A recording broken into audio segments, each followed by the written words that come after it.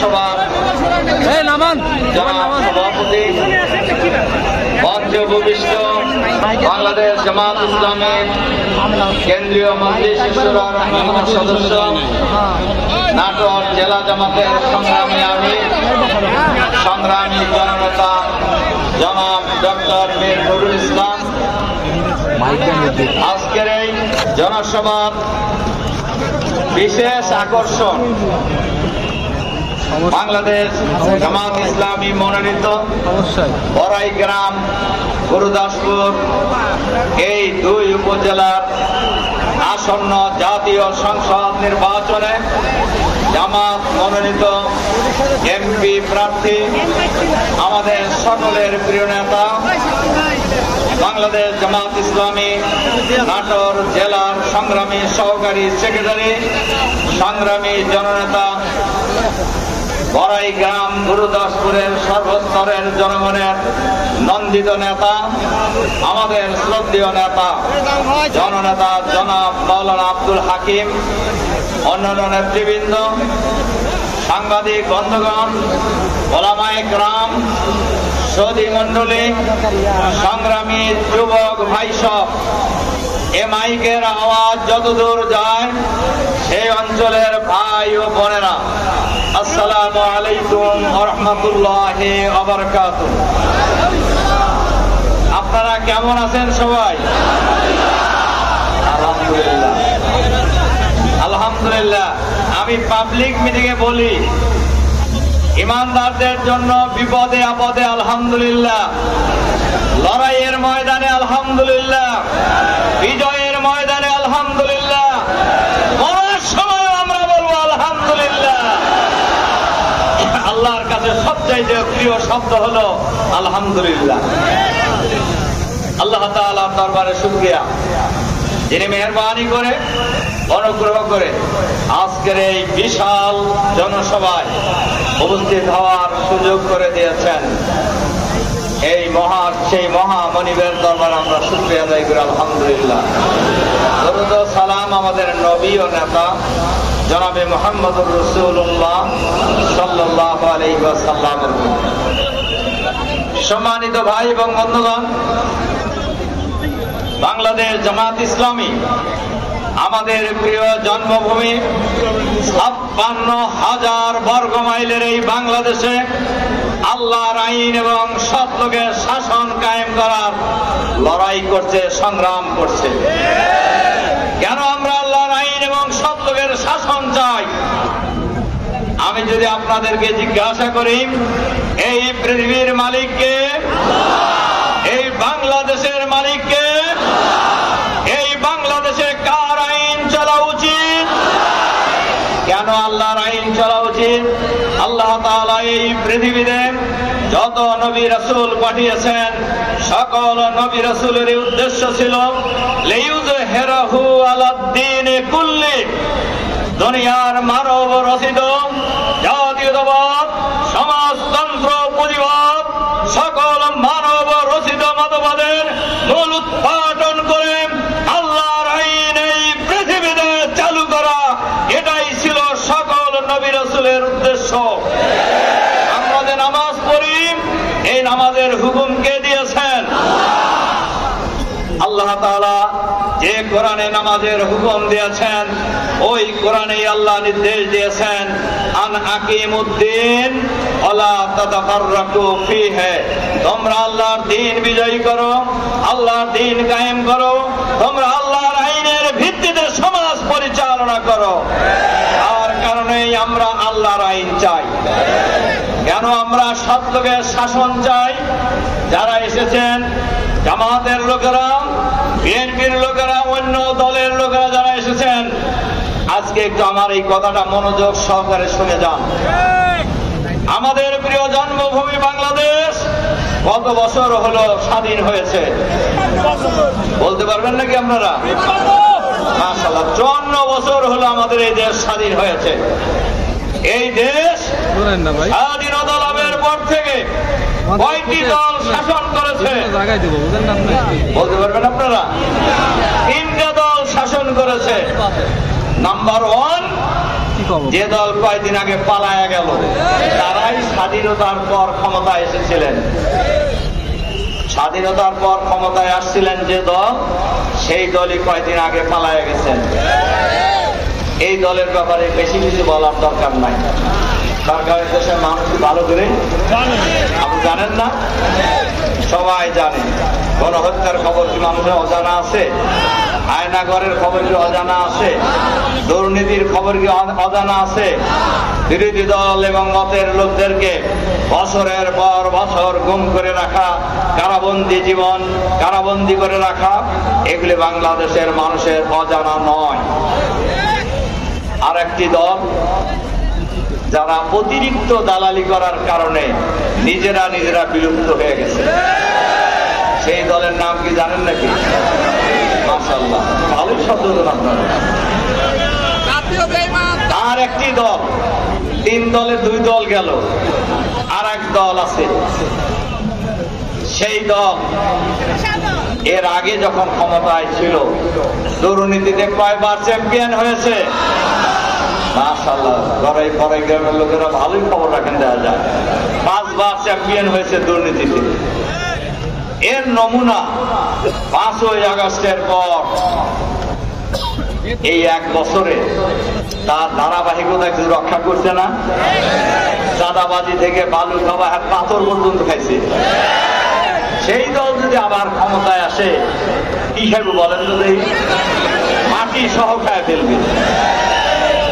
এজন্যই সব লোকের শাসন দরকার।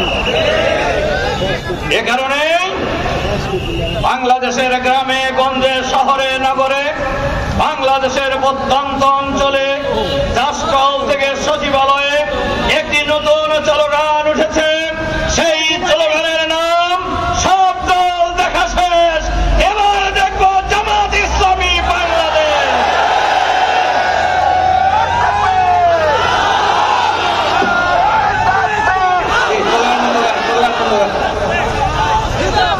যার কারণে আপনারা দেখবেন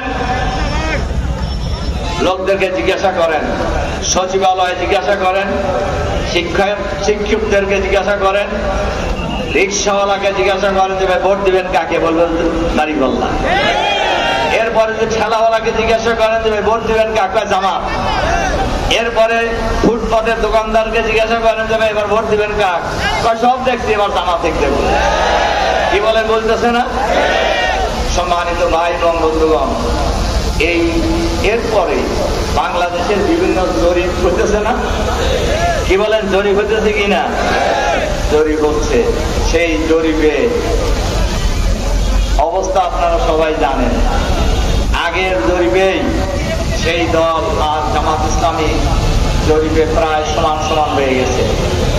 আর সেই দলের জনসমর্থন বাড়তেছে না কমতেছে?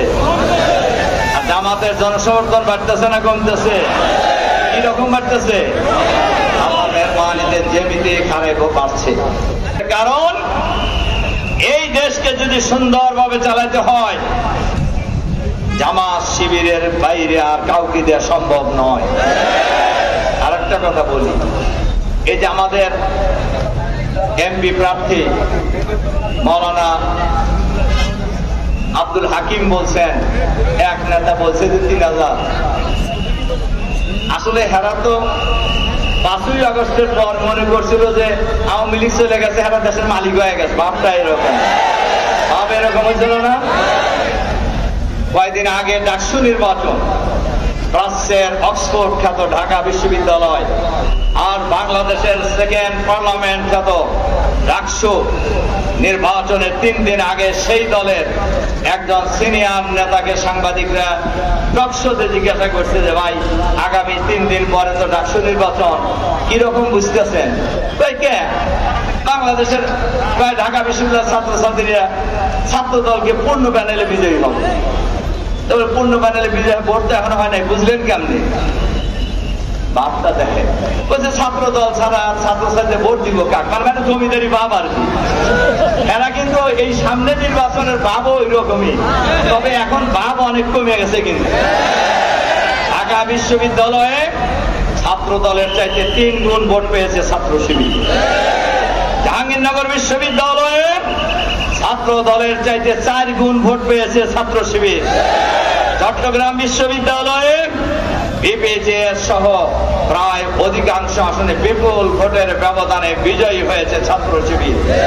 আর গতকালকে বাংলাদেশের দ্বিতীয় বৃহত্তম বিশ্ববিদ্যালয়, আমাদের প্রিয় বিশ্ববিদ্যালয়, যে বিশ্ববিদ্যালয়ে আমরা পড়ালেখা করেছি, এই রাজশাহী বিশ্ববিদ্যালয় নির্বাচন হয়েছে আপনারা জানেন। 5টি মেয়েদের হল সহ 17টি হলে পূর্ণ প্যানেলে শিবির সমর্থিত প্রার্থীরা বিজয় লাভ করেছে। শুধু বিজয় লাভ করছে তা নয়, বলা যায় রাজশাহী বিশ্ববিদ্যালয়ে রাকসু থেকে শুরু করে হল সমূহের সকল পদে সাধারণ ছাত্র ছাত্রীরা বলা যায় সকল অধিকাংশ ভোট ছাত্র শিবিরকে প্রদান করেছে। আলহামদুলিল্লাহ বললেন না? শিবিরের রাজশাহী বিশ্ববিদ্যালয়ের ভিপি প্রার্থী ভোট পেয়েছে 12,500 আর ছাত্র দলের ভোট প্রার্থী ভোট পেয়েছে 3,000। আমরা বিশ্বাস করি আগামী জাতীয় সংসদ নির্বাচনে বাংলাদেশের জনগণ নীরবে দাঁড়িপাল্লার পক্ষে রায় দিয়ে নীরব বিপ্লব সংগঠিত করবে বাংলাদেশ আগামী দিনে। এই বিপ্লব কেউ ঠেকাতে পারবেন না, ইনশাআল্লাহ ইনশাআল্লাহ। আপনারা লক্ষ্য করে দেখছেন জামাত ইসলামীর অফিসে, কেন্দ্রীয় অফিসে জামাতের আমিরের সাথে আমেরিকা, ইউরোপ থেকে শুরু করে চায়না, কানাডা, অস্ট্রেলিয়া, বাংলাদেশের রাজনীতিতে যারা ম্যাটার করে সবাই দলে দলে জামাত অফিসে আসছে না? আমরা হাত ভাব দিয়ে বুঝতেছেন না? আমাদেরকে তখন সাংবাদিকরা প্রশ্ন করছেন, খান ভাই, আপনারা যদি জনগণের রায় নিয়ে সরকার পরিচালনার দায়িত্ব পান, আপনারা 1 নম্বর প্রায়োরিটি কি দিবেন?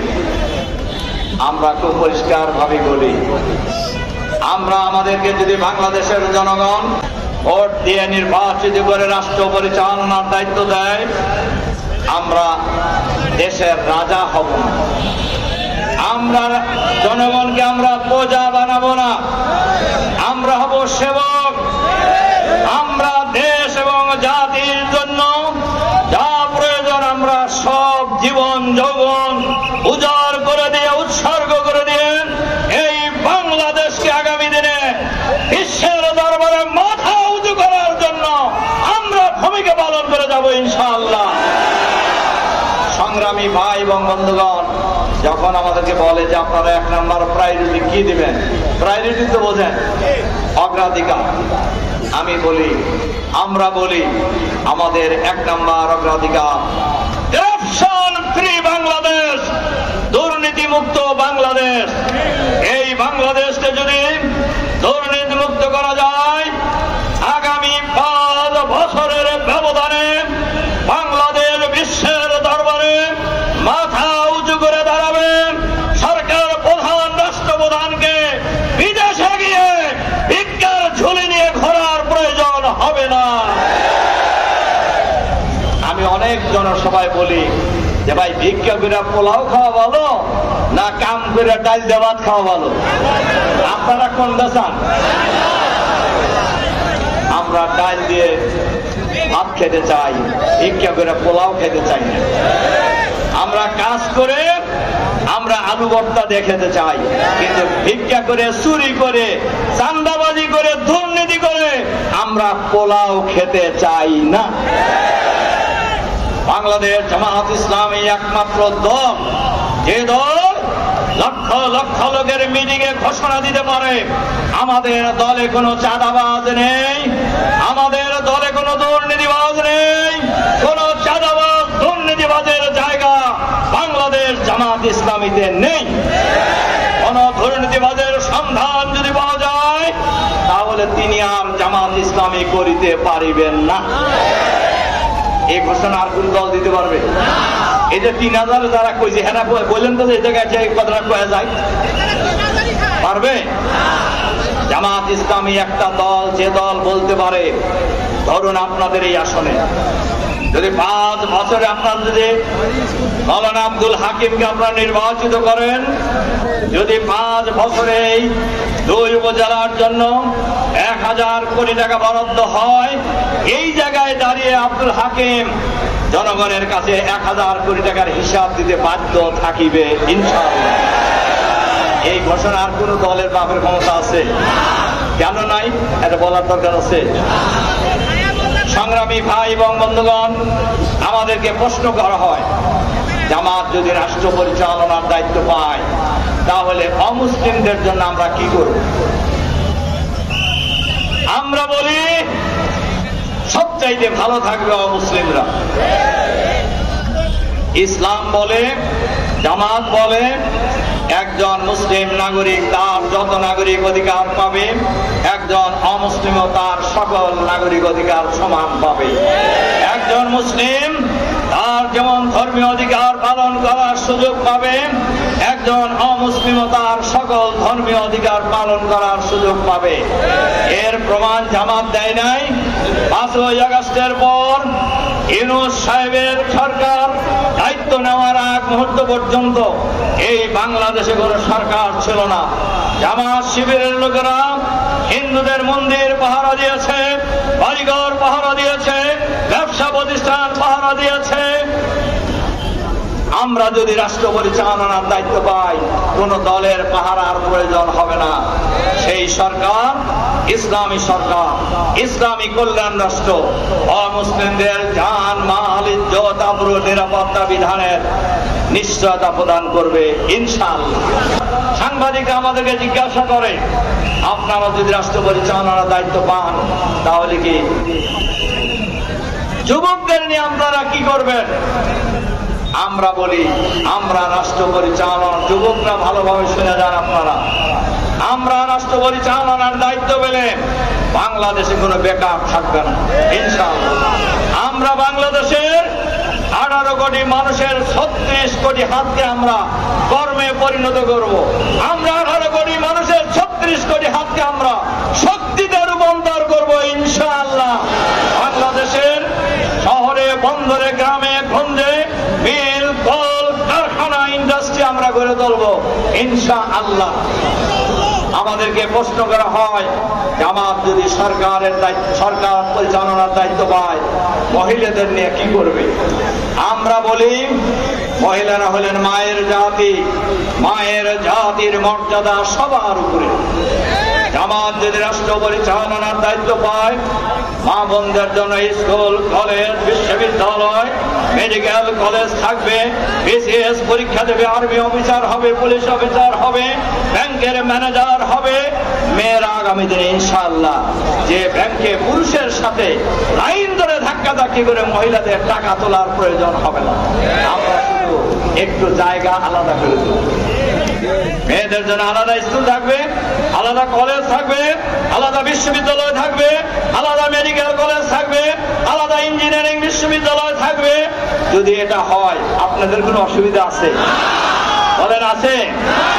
এরকম একটা সরকার বাংলাদেশে হোক আপনারা চান না? কারা কারা চান এরকম একটা সরকার বাংলাদেশে?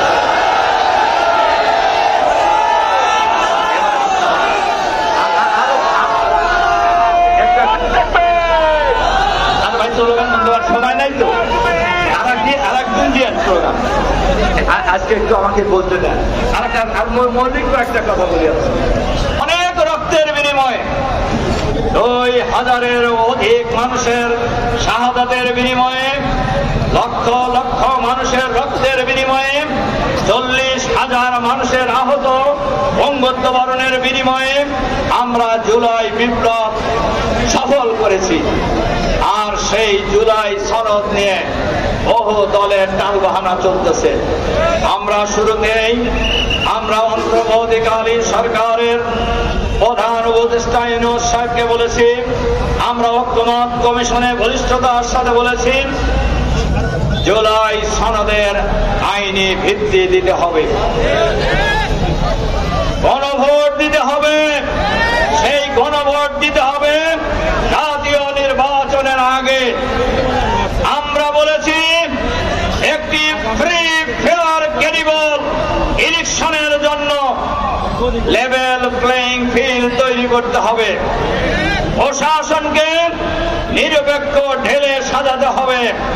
আমরা লক্ষ্য করেছি প্রশাসনের ভিতরে এখনো ফেসিবাদের দোসররা লুকায়া রয়েছে। আমরা লক্ষ্য করেছি প্রশাসনের একটি অংশ যারা একটি দলকে ক্ষমতায় আনার জন্য ষড়যন্ত্রে লিপ্ত রয়েছে। আমরা প্রধান উপদেষ্টা ডক্টর মোহাম্মদ ইউনূস সাহেবকে বলবো, আপনার উপদেষ্টাদের মধ্যে কারা কারা এই ষড়যন্ত্রে লিপ্ত রয়েছে আপনাকে চিহ্নিত করে বের করতে হবে। কারা এই দুর্নীতিবাজ অফিসাররা একটি দুর্নীতিবাজ দলকে ক্ষমতায় আনতে চায়, এটাও আপনাকে চিহ্নিত করে তাদের বিরুদ্ধে ব্যবস্থা গ্রহণ করতে হবে। আমরা আলাদা কোনো সুযোগ চাই না, আমরা চাই ইনসাফ, আমরা চাই সমান অধিকার। এই অধিকার চাওয়ার অধিকার আমার আছে।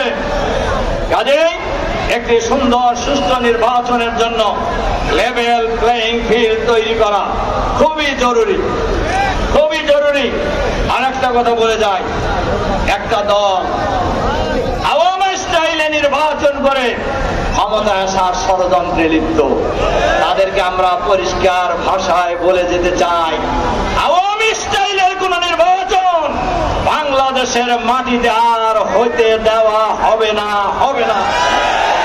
আপনারা কি দেবেন আওয়ামী স্টাইলের নির্বাচন? আওয়ামী স্টাইলের নির্বাচনে যদি হয় তাহলে 2000 লোকের জীবন দেওয়ার কি প্রয়োজন ছিল? আওয়ামী স্টাইলের নির্বাচনে যদি হয় তাহলে লক্ষ লক্ষ মানুষকে বছরের পর বছর কেন কারাবন্দী জীবন যাপন করতে হয়েছে? আওয়ামী স্টাইলের নির্বাচনে যদি হয় তাহলে বাংলাদেশের 45,000 মানুষকে কেন পঙ্গুত্ব বরণ করতে হলো? কাজেই আর একটা কথা বলে যাই, দেখেন যারা আওয়ামী স্টাইলে নির্বাচন করার চিন্তা করতেছেন, যারা নিজেদেরকে দেশের রাজা রাজা ভাব দেখাইতেছেন, তারা মাথায় রেখেন জুলাই বিপ্লব কোন রাজনৈতিক দলের নেতৃত্ব হয়নি, জুলাই বিপ্লব কোন নেতার নেতৃত্ব হয় নাই। এটা সবাই জানে। আপনাদের নেতারা জুলাই বিপ্লব নিয়ে কি কি কইছে বলে নাই? যে এই আন্দোলনের সাথে আমাদের কোনো সম্পর্ক নাই বলছে কিনা? নিচের দিকে নেতা কইছে না উপরের দিকে নেতা কইছে? বাংলাদেশের যিনি প্রধান সেই কইছে। আমার কথা কি বুঝতে পারছেন কিনা সম্মানিত ভাই এবং বন্ধুগণ? কাজেই আওয়ামী স্টাইলের নির্বাচন বাংলাদেশের মানুষ বাংলাদেশে আর হইতে দেবে না ইনশাআল্লাহ, ইনশাআল্লাহ। এটা আমরা শক্তভাবে বলতে চাই।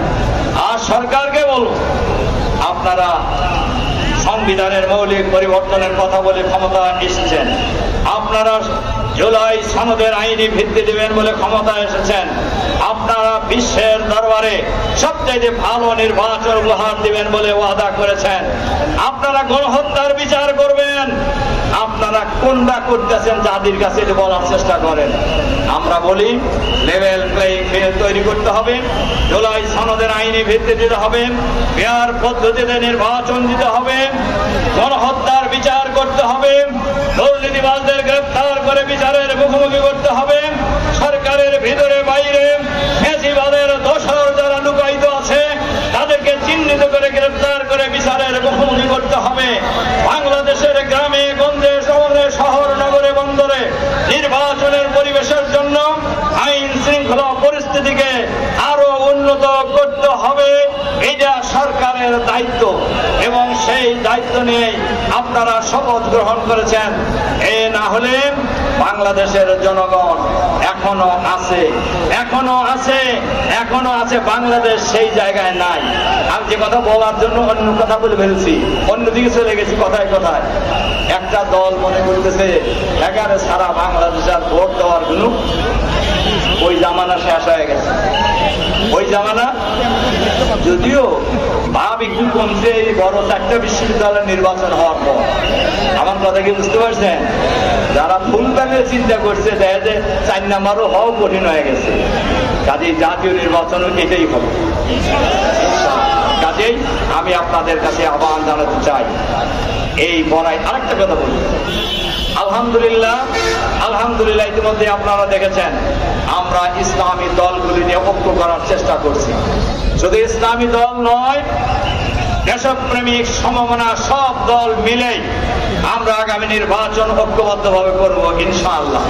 সুতরাং আগামী নির্বাচনের জন্য বড়াই গ্রাম গুরুদাসপুরের দল মত জাতি বর্ণ ধর্ম নির্বিশেষে আলেম ওলামা পীর মাশায়েখ ওলি আউলিয়া দেশপ্রেমিক সমমনা দল সবাই মিলে আমরা এই নতুন বাংলাদেশে নতুন সরকার নতুন বাংলাদেশ আমরা গড়ে তুলব আগামী দিনে ইনশাআল্লাহ। এই দেশে শান্তি প্রতিষ্ঠিত হবে, এই দেশে দুর্নীতিবাজ থাকবে না, এই দেশে চাঁদাবাজ থাকবে না, এই দেশে দখলবাজ থাকবে না। এই দেশ হবে মানবিক বাংলাদেশ, আধুনিক বাংলাদেশ, শান্তির বাংলাদেশ, সম্প্রীতির বাংলাদেশ, ইসলামের বাংলাদেশ। আগামী দিনে আমরা সেই রাষ্ট্র গড়ে তুলতে চাই। আপনারা চান না সেটা? আমরা সবাই চাই। কাজেই এই দায়িত্ব খালি জামাতের না সবার?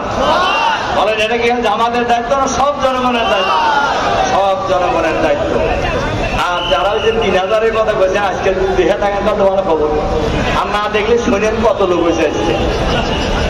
আল্লাহ তাআলা আমাদেরকে যার যার জায়গা থেকে আগামী নির্বাচনে সঠিক ভূমিকা পালন করার মধ্য দিয়ে পাড়ায় পাড়ায় মহল্লায় মহল্লায় বড়দের কাছে যে মা বোনদের কাছে যে আগামী দিনের বাংলাদেশ হবে নতুন বাংলাদেশ, আগামী দিনের বাংলাদেশ হবে চাঁদাবাজ মুক্ত বাংলাদেশ, দুর্নীতি মুক্ত বাংলাদেশ, দখলবাজ মুক্ত বাংলাদেশ, আধুনিক বাংলাদেশ, দাঁড়িপাল্লার বাংলাদেশ। এই দাঁড়িপাল্লার স্লোগান আমরা মা বোনদের ঘরে ঘরে পৌঁছে দেবো আমরা ইনশাআল্লাহ। আর পারবেন না আপনারা? বলেন পারবেন কিনা? আর আলেম ওলামা পীর মাশায়েখ যারা আছেন সবাই মিলে আমরা ঐক্যবদ্ধভাবে আমরা এই বাংলাদেশকে আমরা ঢেলে সাজাবো ইনশাআল্লাহ ইনশাআল্লাহ। আর আমাদের নেতা মাওলানা আব্দুল হাকিম আপনাদের জনগণের চাওয়া এবং পাওয়া, আপনাদের যে দাবি, এই দাবির ব্যাপারে অনেক কথা বলেছেন। আমরা যদি রাষ্ট্র পরিচালনার দায়িত্ব পাই, আমরা আমি আগেও বলেছি আমরা 1 টাকা দুর্নীতি করবো না। কাজেই আমাদের নেতা মাওলানা আব্দুল হাকিম, আপনারা চেনেন ওনাকে তো সবাই, ওনার জন্য আপনারা লড়াই করার জন্য রাজি আছেন? আমি বলি আপনারা সবাই এই এলাকার প্রার্থী, সবাই প্রার্থী। একজন প্রার্থী যেমন লড়াই করে সংগ্রাম করে ভোটারদের দ্বারে দ্বারে যায়, আপনারা যাওয়ার জন্য রাজি আছেন না? আমরা সবাই এই কাজ আমিও করবো ইনশাআল্লাহ। আপনাদের এলাকায় আমার বাড়িতে আপনাদের পাশেই, জানেন তো এটা আপনারা, মানে আপনাদের নির্বাচনী এলাকা শেষ, আমার এলাকা শুরু। আমরা সবাই মিলেই আসন্ন জাতীয় সংসদ নির্বাচনে এই আসনে আমাদের প্রিয় নেতা মাওলানা আব্দুল হাকিমকে আমরা বিপুল ভোটের ব্যবধানে বিজয়ী করে ঘরে ফিরবো ইনশাআল্লাহ। আল্লাহ আমাদের সে তৌফিক দান করুন, আমিন। এ কথা বলে আপনাদের প্রতি আবারও জানিয়ে আপনাদের সুস্বাস্থ্য এবং কল্যাণ আমার বক্তব্য এখানে শেষ করছি। আল্লাহ হাফেজ। বাংলাদেশ জিন্দাবাদ, বাংলাদেশ জামাত ইসলামী জিন্দাবাদ, বড়াই গ্রাম জিন্দাবাদ। আসসালামু আলাইকুম ওয়া রাহমাতুল্লাহি ওয়া বারাকাতুহু।